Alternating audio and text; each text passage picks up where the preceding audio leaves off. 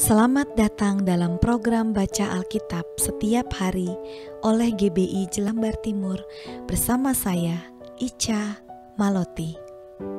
Roma pasal 1. Salam dari Paulus, hamba Kristus Yesus yang dipanggil menjadi rasul dan dikuduskan untuk memberitakan Injil Allah. Injil itu telah dijanjikannya sebelumnya dengan perantaraan nabi-nabinya dalam kitab-kitab suci tentang anaknya yang menurut daging diperanakan dari keturunan Daud dan menurut roh kekudusan dinyatakan oleh kebangkitannya dari antara orang mati, bahwa ia adalah anak Allah yang berkuasa, Yesus Kristus, Tuhan kita. Dengan perantaraannya, kami menerima kasih karunia dan jabatan rasul untuk menuntun semua bangsa, supaya mereka percaya dan taat kepada namanya. Kamu juga termasuk di antara mereka, kamu yang telah dipanggil menjadi milik Kristus. Kepada kamu sekalian yang tinggal di Roma, yang dikasihi Allah, yang dipanggil dan dijadikan orang-orang kudus, kasih karunia menyertai kamu, dan damai sejahtera dari Allah Bapa kita dan dari Tuhan Yesus Kristus. Paulus ingin ke Roma.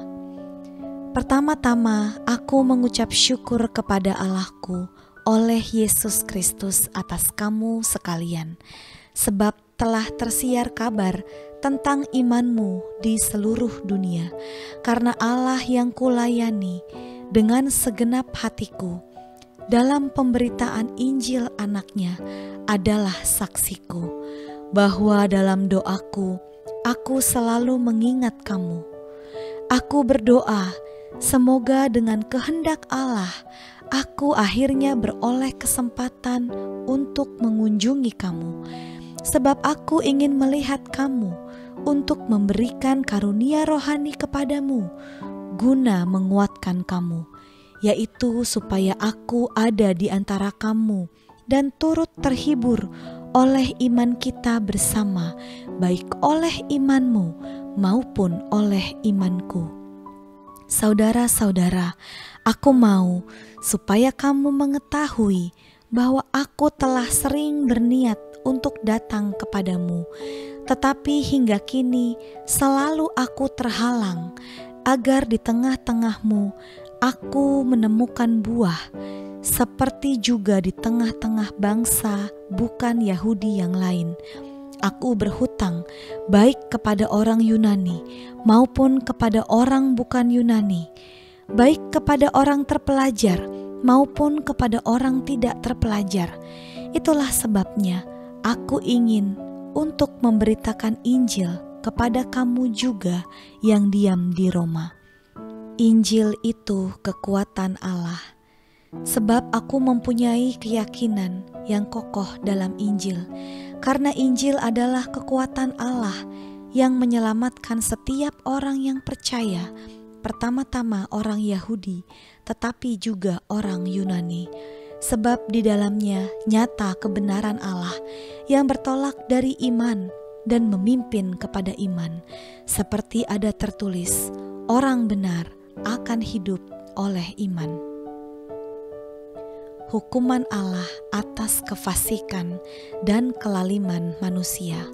Sebab murka Allah nyata dari sorga atas segala kefasikan dan kelaliman manusia yang menindas kebenaran dengan kelaliman.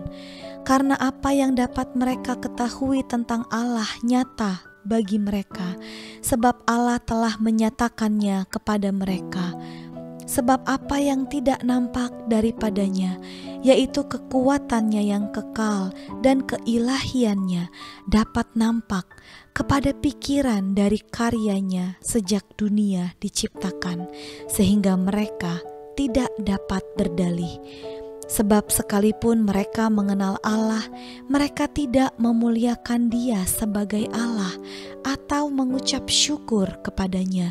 Sebaliknya, pikiran mereka menjadi sia-sia, dan hati mereka yang bodoh menjadi gelap.